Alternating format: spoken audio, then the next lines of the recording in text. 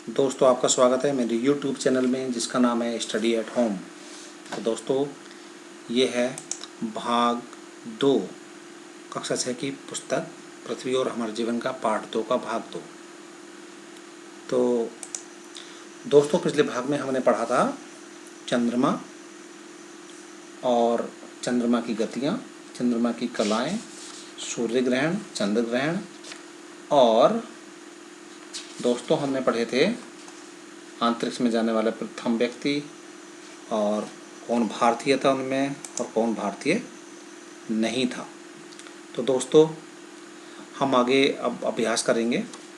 पहला प्रश्न है, निम्नलिखित प्रश्नों का संक्षेप में उत्तर दीजिए।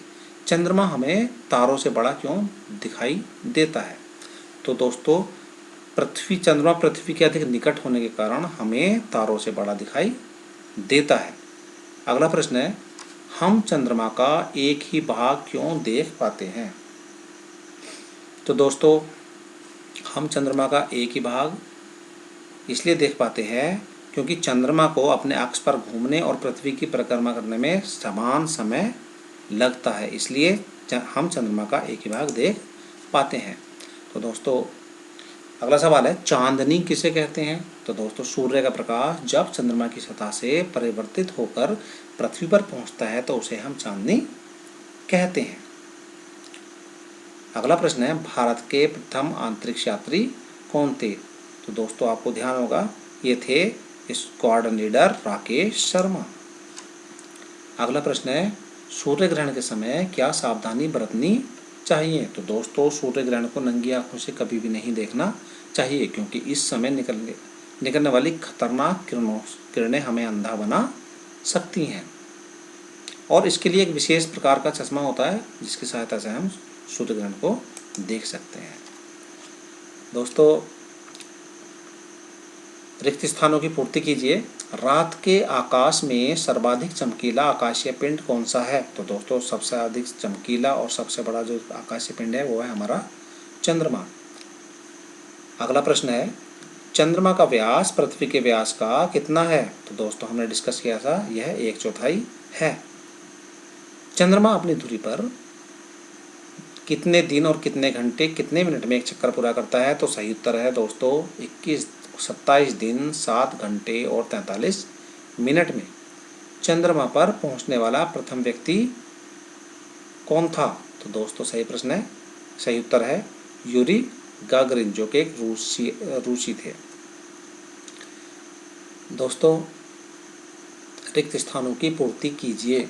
सूर्य ग्रहण के समय की छाया पर पड़ती है। किसकी छाया पड़ती है? चंद्रमा की छाया पृथ्वी पर पड़ती है, अर्थात सूर्य और पृथ्वी के बीच में कौन आता है? चंद्रमा आ जाता है, जिससे सूर्य ग्रहण होता है। अगला प्रश्न है, अंतरिक्ष की यात्रा करने वाले प्रथम भारतीय कौन हैं? तो दोस्तों, ये थे स्क्वाड्रन लीडर राकेश शर्मा। तो दोस्तों, प्रश्न नंबर 3 है, सही कथन के सामने सही तथा गलत कथन के सामने गलत का निशान लगाइए। तो कथन है पहला, चंद्र ग्रहण के समय पृथ्वी की छाया चंद्रमा पर पड़ती है। सही है।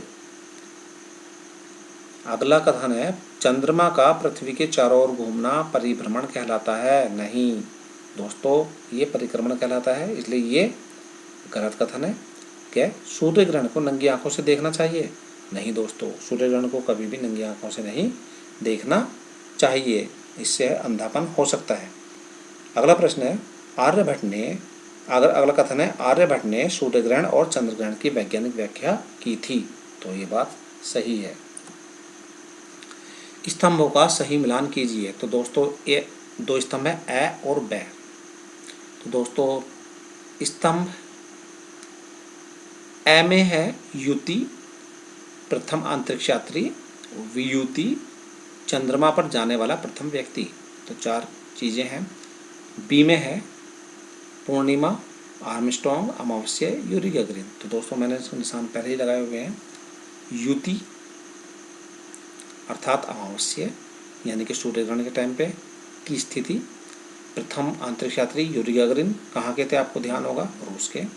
वियुति पूर्णिमा को होता है, यानी कि चंद्र ग्रहण के समय चंद्रमा पर जाने वाला प्रथम व्यक्ति नील आर्मस्ट्रॉन्ग। तो दोस्तों ये आपका पाठ नंबर 2 कंप्लीट होता है। मैं फिर से उपस्थित हूँगा पृथ्वी और हमारे जीवन के पार्ट 3 के साथ। तब तक के लिए